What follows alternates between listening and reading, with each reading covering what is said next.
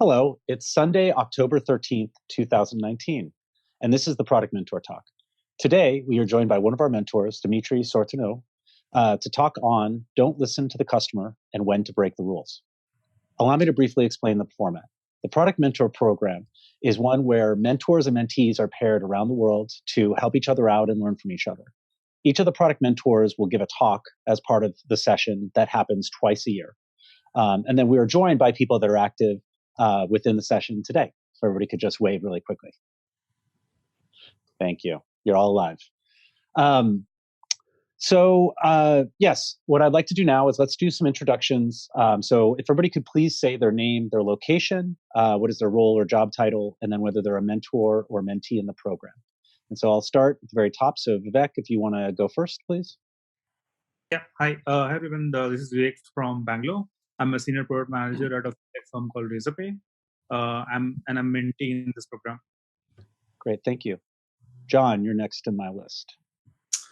Hi everyone, I am John Masterson. I am a mentor on this program, and I'm based in London here in the UK, and I'm the Chief Product Officer at a startup called ImproveWell. Great. Candice, you're next. Hi, this is Candice. I'm a mentee in this program, and I'm based in New Jersey. So I'm currently leading a small product team in a company called 10-4. Great, thank you. Fabi? Hi there, I'm Fabiola. I'm based in Mexico City. I'm a mentee in this program, and I'm head of product of Luna, a startup. Great. Dimitri? Yep. Hi, my name is Dimitris. I'm the VP of product at the company named Persado, and I'll be doing the talk later on, so I'll give you a bit more information about myself. Great. Syed?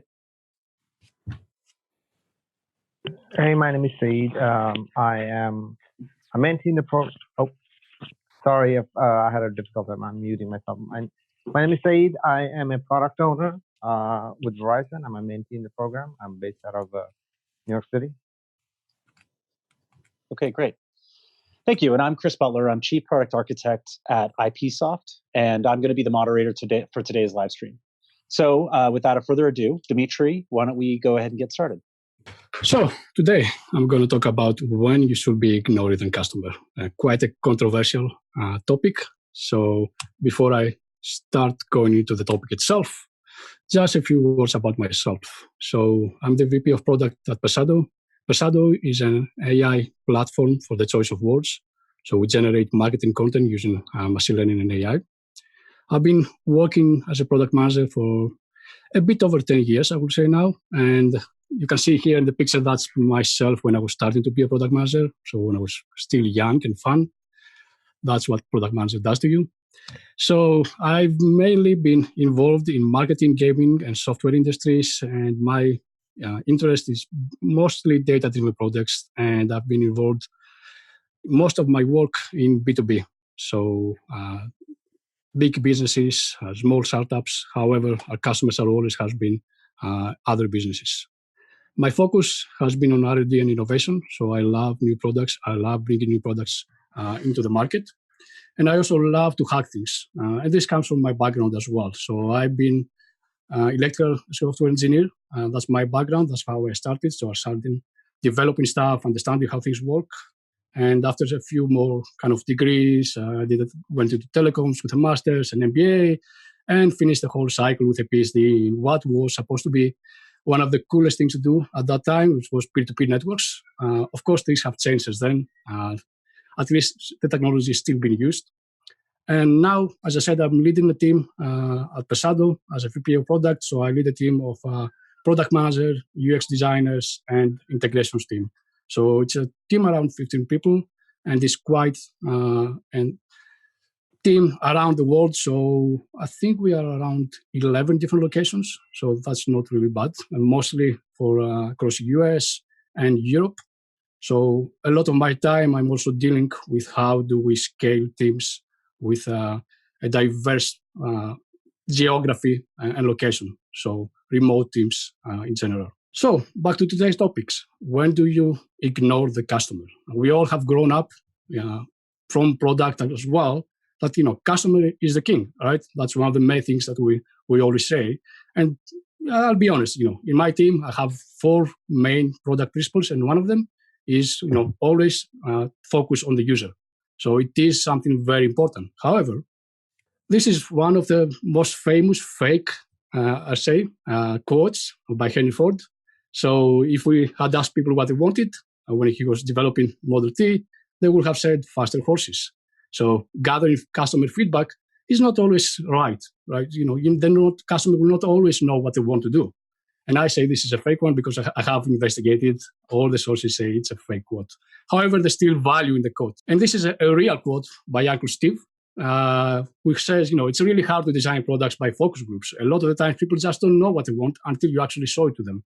So asking them, what is the next feature I want to develop? What should I improve? Constantly asking users doesn't only bring you to the right solution. So the question is, how can you innovate then? How can you differentiate yourself, especially in today's very competitive market, when customer feedback is mostly driven by today's most popular ideas, right? They just iterate whatever else is doing. So if you want to stand out in the market, just talking to customers, asking them directly, what should I be working next? Usually the answers that you get is what your competitors will be doing. So it's not really going to get you ahead. Also, a very textbook study was Walmart. Walmart was the biggest retailer until Amazon came in, but Amazon is a different topic altogether. That could be a session by its own. And in 2009, they went out and they started changing the stores. They made them less cluttered. They cleaned up the aisles. They brought down the shelves and made them less products, a more streamlined, in-store experience. However, it failed, and it failed miserably. So they lost more than $1 billion in revenue. And immediately after that experiment, they went back, changed everything to the old way of having hundreds and thousands of products across the aisles, and sales went up. So what went wrong? Why didn't it fail, this experiment? Well, as they found out, they were just asking the users what they wanted. And of course, everyone was saying, as a customer, yes, I like a store that doesn't, it's not crammed with products. It's not all promotions everywhere. I want a nice, simple, free of products and clutter stores. However, that's a predictable answer, but it's a wrong answer. That's not really what the users actually, the behavior shows when they're actually going into the store and buying. So what could they have done, better? The answer is they should have just followed the users. They should have experienced, follow a user going through the shopping trip across the aisles, talking to them while they're shopping to understand really what is their behavior, to understand really what is, the user needs, and not just ask them in a focus group outside of the context of the product itself. And that's kind of how we think about product as well, right? You have to understand your customer problems by empirical, observational, and other methods, even intuition. You really have to understand how they're using your product. If you're just trying to, get feedback out of context, a lot of the times you'll get their own feedback. A lot of the times you get things that, the customers are not actually lying to you.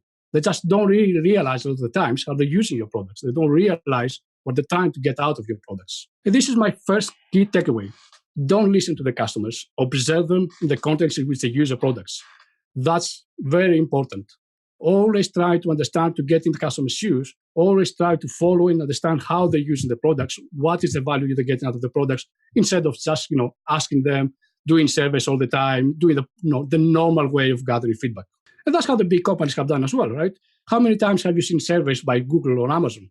They don't really need surveys. They actually see you, how you use the product. They use data points. They see actual behavior, and using that, they drive innovation. They drive new features. They drive what they're going to be developing as a next product. Because you cannot lie at your behavior, right? The user cannot lie using the product itself. And this is one of my first tips that I always do in my team. So whenever we get a new hire, whenever we get a new product manager joining the team, the first thing I ask, obviously they do the whole, training, onboarding, understanding the product itself, documentation. But the most key and important thing that I ask them to do is shadow the users. It's important for them to get in the user's shoes. It's important for them to feel and experience how the users, the behavior, and how they're using the product. There's no other way to learn better the user than actually being a user yourself and seeing how a user actually uses your product. You should also feel free to ignore customer input. And this is kind of a big exclamation point, because obviously it has a high risk, right? You have to understand when to ignore that feedback, when to ignore that input. Because, why you should ignore sometimes the user? because they don't necessarily know the truth, right? They cannot predict always how they're going to use your product, in the future. And also they cannot always predict what are their needs in the future. So usually what they will tell you is exactly what's happening now at this, time zero. They have no idea. Most of the users will have no idea what's coming up next. This is probably a quote by Jeff Bezos. Again, I'm trying to see. Not all of the quotes you're finding out there are real. I don't know what's happening. There's a kind of a machine generating quotes. So this, I will put an asterisk if it's real or not. But there is still value in the quote itself. Listen to the customers, but don't just listen to them. Also invent on their behalf. It's important to understand, to take also the step and the initiative to create things on your own and not just base everything on the customer feedback. A good example here, again, a historical fact, is going back to the 70s and going back to the legendary Park Center. So at that stage, Xerox were making photocopiers and printers. It was a big company, billions of revenue, and they developed what was now, a legendary lab, the Palo Alto Research Center, known as Park.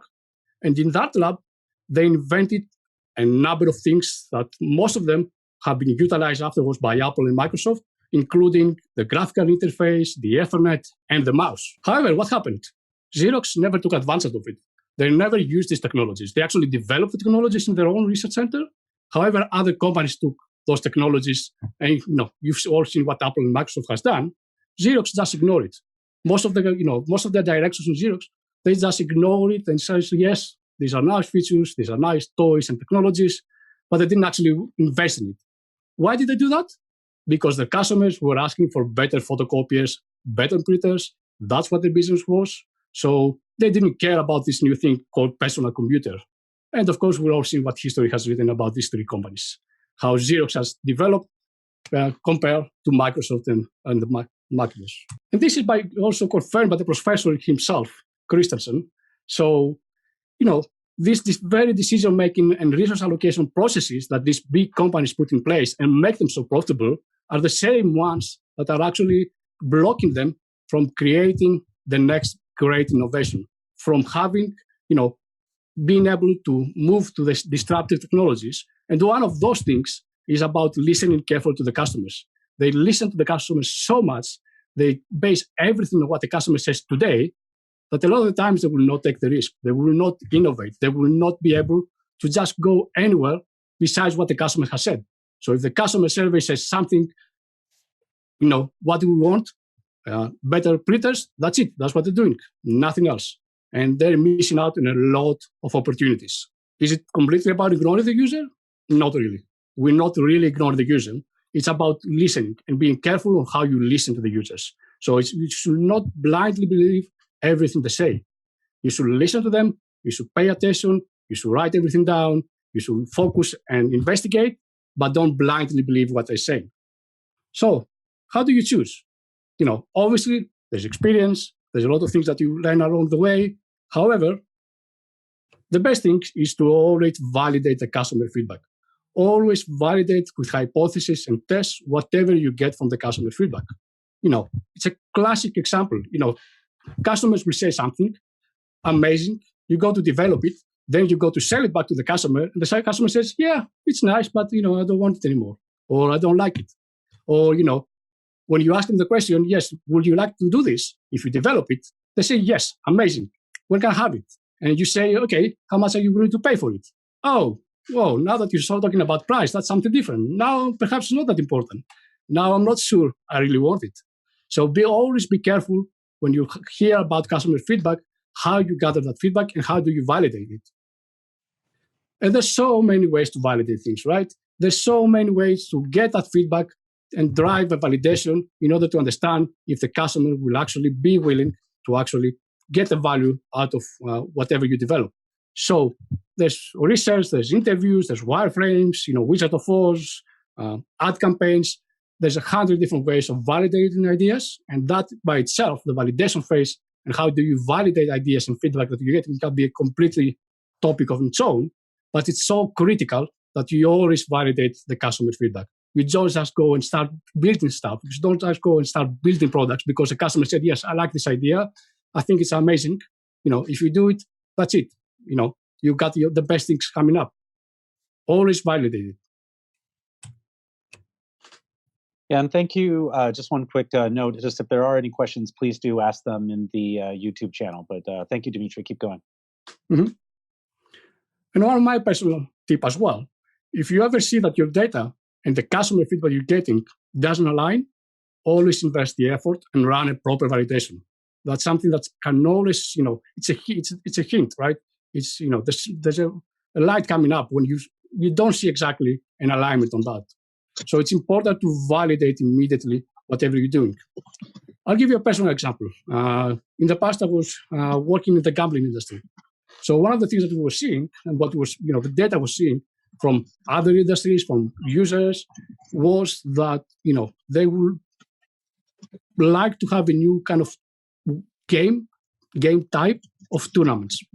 So we said, yes, the data showed that this is what we want to do. When we went to a few customers and we gathered the feedback and said, this is what we're thinking about developing in the next 6 months, the feedback was negative. The feedback was, we've seen it in the past. No, it's not very interesting. So immediately for me, there was a light there. There was an alarm. There's disalignment. Why is the customer doesn't see that value while all the data points actually show that there is an opportunity here? So the first thing I did is immediately invest the effort to test the hypothesis. So immediately what I did was I got a product manager, I got an engineer, I made a very small team. I said, next 2 weeks, create a demo, create a prototype, very fake one at the back end, just to show the idea of the new parts that we're going to be building, the new functionality. And we were out, created the demo in 2 weeks, went on a show, during a big show in Las Vegas. We presented the idea to customers. And then during the show, during the 3 days of the show, we had 10 customers sign up. Some of them were the same customers that were saying, no, we don't need it. No, we don't like the idea. So it's always important to validate ideas. You never know what you're missing out. Also, it's important not to ask just what the customers want. It's important to ask what they don't want or what the problem is, which is even more important. And again, this goes back to my first point, don't ask the customers at all if you can. If you can observe them and not even ask, that's even better. Of course, that's not always the case, right? It depends on your business. It depends, how you work, if it's a B2C, if it's a B2B. But observation is always going to be the best approach. And why? Why do you do that? Because, first of all, people are biased towards the past. A lot of the times, the users, the customers, don't like to see things change. They like the way things are. They like incremental increase, improvements, small improvements. They don't, when you go, especially into B2B, when you go to a customer and say, I have this new amazing feature. Now, of course, you need to train your whole team again in order to use this feature.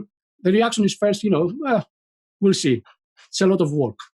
So it's always, it's within the human behavior to always try to keep things as they are. That doesn't necessarily mean that, somebody else is going to do it. So somebody else is going to take that opportunity for you and then convince the customer to join in.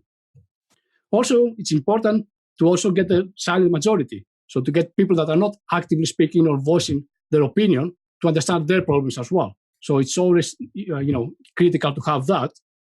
And the last thing which is very, very critical is to understand their pain points, right? Don't just get the feedback of what can I build next? What do you want to improve? Try to understand what the problems are. That's the most critical thing that you can do. Great. And actually, we have a quick question here. So so the first one is from Vivek. And so actually, if you could ask your question, please. So this is a question that I have is basically in terms of, so in B2B context, right? If you want to try and observe a customer in the natural environment to, discover their true needs, what is the best and fastest way to kind of, achieve that? Giving you a little bit of context, for example, say you're building a reconciliation product, right? And then different businesses have different reconciliation processes, right? So to come up with a product which works for all of them, it could be very time taking because you're going to have to go and visit a lot of businesses premises and then request them to observe their processes.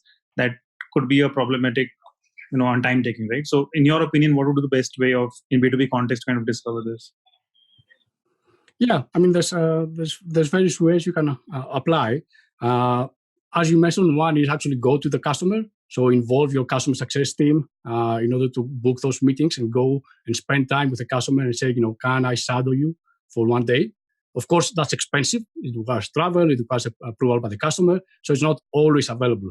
The next possible solution is to actually do screen shares. So have sessions like a couple of hours where you ask them to just share the screen, ignore you, tell them, do your job, do nothing, don't worry, just to be able to kind of see how they're actually using your product. And the third option is user analytics. Try to understand how they're actually using your product. So understand all the flow, follow a user. So go into the analytics, or there are software that you can track everything that they're doing. So just pick one user. So you always use the analytics in order to see kind of the mass image, the general image of how users are using it. You can use it as well to just focus on one user, understand which pages he's following, look at the funnel, look at the process. Is he skipping something? Is he using the same things all over again? Is he doing the same process in the same page 5 times because he's doing corrections, but you missed out on your flow? So those are kind of a few techniques that you can kind of apply. And this is obviously, as you said, depends on the context, right? There's also internal users, which are much easier to kind of get on board and create and just follow them on their workplace. Cool. Great, thank you. And Candace also had a question. Hi, actually on the same topic, it's just more of a follow-up to the same kind of context. So in a B2B to B2B product, so if the user is not actually the customer, as in, so for instance, if this is a services that they are actually user interacting with the services, but they are not actually involved in, let's say, deciding of if the customer is actually going to continue buying the service. So in that sense, the learning from the user itself is also a little bit isolated from decision making, buying options from a customer perspective. So do you have any recommendation as in, how to kind of bridge this isolation, also, pass along, whatever we're actually improving on the user side to the customer side and to help the customer make the, buying decision? Mm-hmm. Yeah, in B2B, this is a classic case where you have different teams. So first of all, you need to understand the different users of your system, right? You have to create the different personas for your system, because there's a different persona for example, I'll give an example. In my company, there's a different persona for the operational part of the customer. So they are one type of user. There's a different persona for kind of the third parties, the agencies that are using on behalf of the customer. And then there's a third, and the most critical one, which is actually, the decision maker, the one that will actually say at the end of the year whether you renew the contract or not.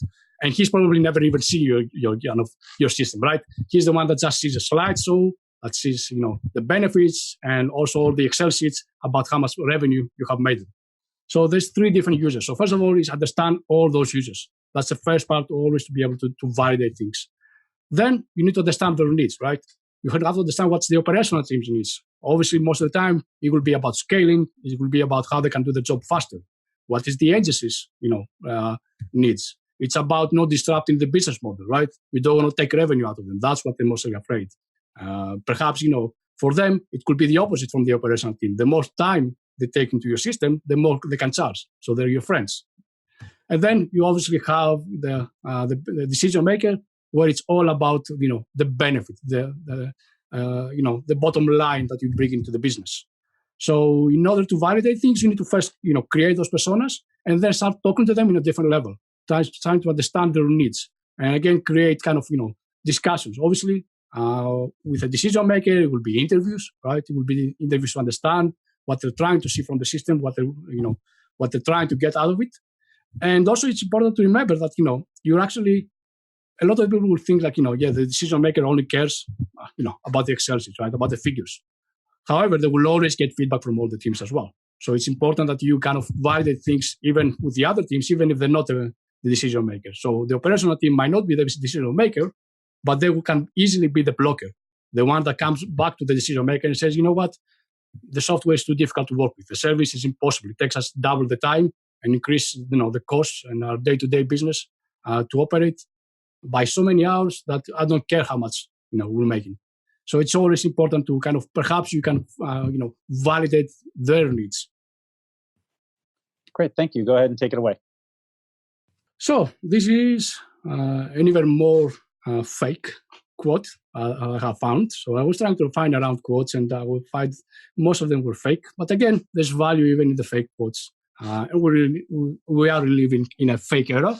So this was a quote that Einstein didn't actually make, but the value is still there.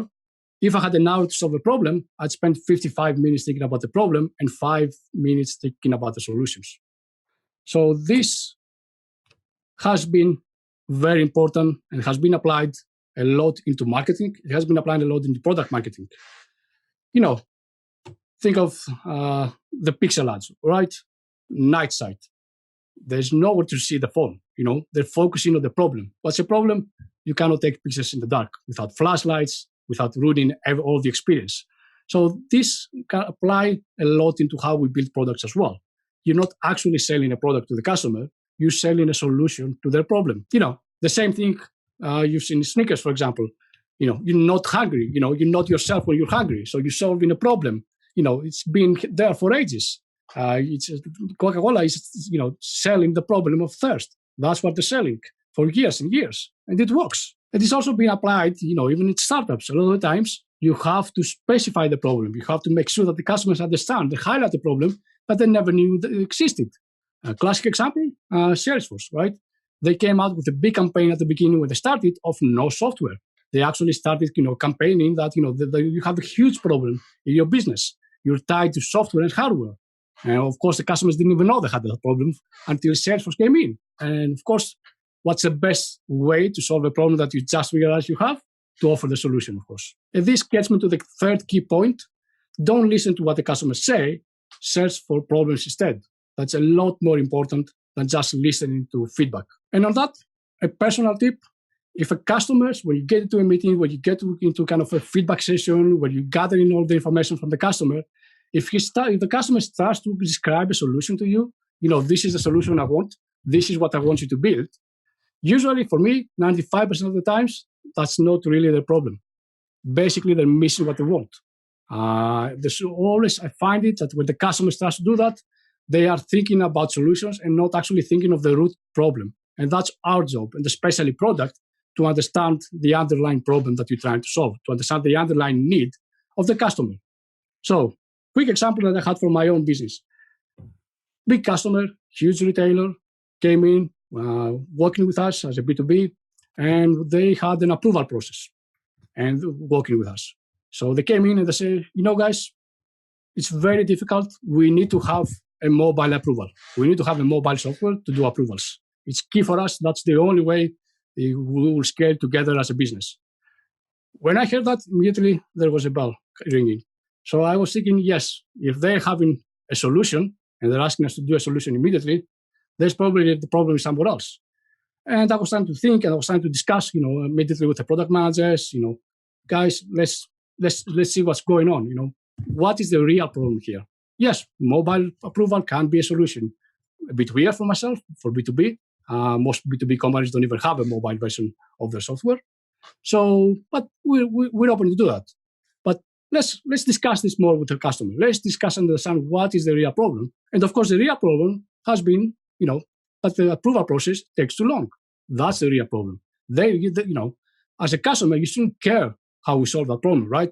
If you make the approval process fast and streamline it, you don't care if it's desktop, if it's mobile, if it's SMS. You really don't care.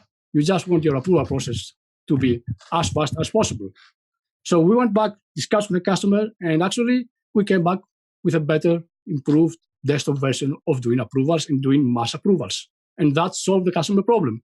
And they never really kind of, after discussing this and creating a prototype and seeing how it all works, immediately the customer said, yeah, you know what? Probably we don't need a mobile one. Or it can be done in down the road in 6-12 months. By the time that we, things might be already solving the problem. So always being allowed whenever a customer comes in with a ready solution and saying, yes, guys, this is what we really want. This is the solution we need. Hey, Dimitri, we got a question from Fabi. So if she could please ask her question really quickly, please. Okay, so my question is more related to metrics.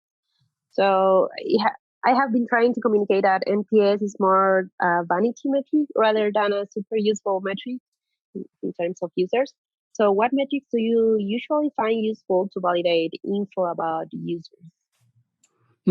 Yeah. So it all depends. The NPS has its own value, and especially in B2C. In B2B, it's B2B, yeah. B2B NPS, it's very difficult, and it comes down. A lot of it comes down to what we just been discussing with the previous question. That on the NPS, you only see the operational part as well. So you will see the operational team actually using your software. You will never see all the other teams using your software. You never see the overall picture of how happy a customer will be. You'll be getting an amazing NPS, and all of a sudden the customer will never renew. Simply because the users that you get in the NPS actually don't pay for the software, don't make the decision making. Yes. So it has to be very careful. The NPS is the actual user, and when I talk user, is just the one actually going in and doing the operational part. In B2B, usually they will not be the ones that you really, you have to take into account. It's still important. As I said, operational has to be happy, but it's not taking into consideration all the users that you have. So for the other users, I would say it's more about doing interviews for the higher users. It's about doing interviews, talking to them, getting the feel, and understanding how, on a regular basis. So every 3 to 6 months, being able to go and talk to the decision makers, understand how they're viewing, understand how they see the relationship. And that's the only way you can make sure that they're still happy and you can get that kind of feedback. Awesome. Thank you. Thank you. Go ahead. Okay. Just to clarify as well, because you mentioned metrics as well, it's not only qualitative. You can have metrics, but it all depends on your business, right? So one of the things that we've seen in our business, for example, is consumption. We have metrics about how much they're consuming our product, how much are they using the service. Even if the service, let's say you have a service that you pay yearly, a subscription, and you don't care, once they subscribe, we'll talk to you again in a year. There are metrics to see, are they still using the system? Are they increasing the usage? If they're not, it means at the end of the road, there will be problems. They will be difficult to justify a renewal. So there is still, metrics that you can see that will help you understand how they're seeing your product. If you're not seeing them logging in every day, as opposed to 6 months ago, if you're not seeing them utilizing, if it's an API, utilizing the API, if it's a service, making service requests all the time, if you see that going down, obviously there will be a problem in the long run for the relationship with the customer. So just to summarize, this is my last slide, just to summarize what I just said. So it's not just about listening to the customers. For me, it's important that you observe the customers in the context that they're using your software and your product. It's about validating every feedback you're getting with hypotheses and tests to ensure that it's still valid, and not just listen to what they're saying. Just look, more importantly, look for the root problems. Understand exactly what their pain points are. That's the most important thing in the customer feedback. Great. Thank you so much. So thank you again to everybody. Thank you to Dimitri. Actually, we do have one question from John. John, if you want to ask your question. Sure, yeah. So this is very, very pertinent to me because that's something I have to do next week. So I just wondered if you could maybe give us a little bit of an insight into what are the sort of criteria you use for selecting features. So, maybe if listening directly to customer feedback isn't as important, what are the types of things that you maybe just, if possible, run us through what criteria things you would look at? Yeah, I'll give you an idea of how I work today with a team. So one of the things we do is obviously we have the work that we're doing on a macro level, so on a yearly and 6-month level, where we're doing our kind of road mapping in order to understand the directions we're going to head to. So that's kind of an exercise we do every 6 months. And it involves an exercise of working together as a team, talking, gathering all the feedback that we'll be getting from all the customers, all the teams within the company, and also understanding where the market is going, and also our own ideas and research. Put them on paper, discuss them for a couple of weeks, until we create, the main goals, align them as well with the OKRs of the company and set up the whole roadmap. And that includes, from my end, something that we have like a ratio of around 60% of things coming in from customer feedback, requests, improvements, or iterations of previous features that we have developed, and 40% of new things, the risky stuff, the new ideas, the ones that we want to take the risk in order to get ahead in the market. So we always try to do this kind of mix. Now, how do we prioritize? At the moment, we're following a plan, or I like to call this a plan of major themes, where I try to have something like 4 cycles of major themes within the year. So we have, in the company I'm working at the moment, we release on a monthly basis. So we have 12 releases a year. And I like to have like 4 major releases being big themes, big new features that we're going to go out to the market, do all the marketing activity as well for promoting those new features, and have all the other releases be iterations of those features and customer features that they have been requested, small improvements, things that they make, customers will give direct feedback that they want in order to improve their operational side of it, or what they need because it's a custom feature that they might request. So I'm trying to have this kind of mix in order to prioritize them and decide which one we use. Then for the customer, features, the smaller ones, a lot of it is coming from the discussion with customers and internal teams. So for every product manager, I always ask them on a monthly basis, talk to the CS teams, talk to the sales team, talk to customers, have interviews with customers, shadow customers in order to get these features and prioritize them, obviously, using your own metrics. What is the value? What's the risk? What's the effort? Whatever is the customer value as well from a contract perspective, this will drive the prioritization for the next month for the smaller features. For the bigger features, the ones that I called major themes, we always try to follow an approach of betas, alphas, and then release. So usually what we do is when we come up with the idea, and we say, okay, this is a big feature that we want to release in Q2 next year, we will start off by creating a prototype. The prototype can be a small MVP that we'll test with a couple of customers. It can be a lot of times something completely manual. It's something that we generate and we show the end result as a presentation, as a custom solution or as a fake thing in our portal so that the customers can give us feedback. Once we get that, once with the customers and we get the feedback and whether the customers are willing to pay for it, they see the value and they are willing to also go to the next stage of being an alpha customer. We will go to the alpha stage where we'll actually develop the first version of the feature, release it to a restricted number of customers, so 5 to 10 customers, in order to gather the early feedback. And then we'll have the major release where we actually release it to the general public to all the customers. So that way, we can have, following this approach, we have a mix on prioritization of, everyday product improvements, big things, but also taking out the risk, right? Validate ideas. And at least killing ideas as early as possible. So a lot of those major themes might not work out, right? You may do the beta version and the feedback might be negative.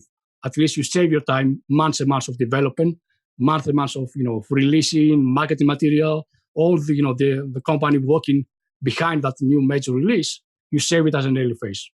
Let's definitely give a big thank you to our speaker, Dimitri, on don't listen to the customer and when to break the rule. So thank you very much to him. And as always, the presentation will be posted on our SlideShare channel. And a big thank you from me, Chris Butler, to everyone that joined us today and the Product Mentor. And don't forget, if you're interested in being a product mentor like Dimitri, to product people of all sorts, please visit theproductmentor.com and sign up today. Looking to fill a new product job with a great product person? Please visit our very own free-for-all job board, theproductjobs.com.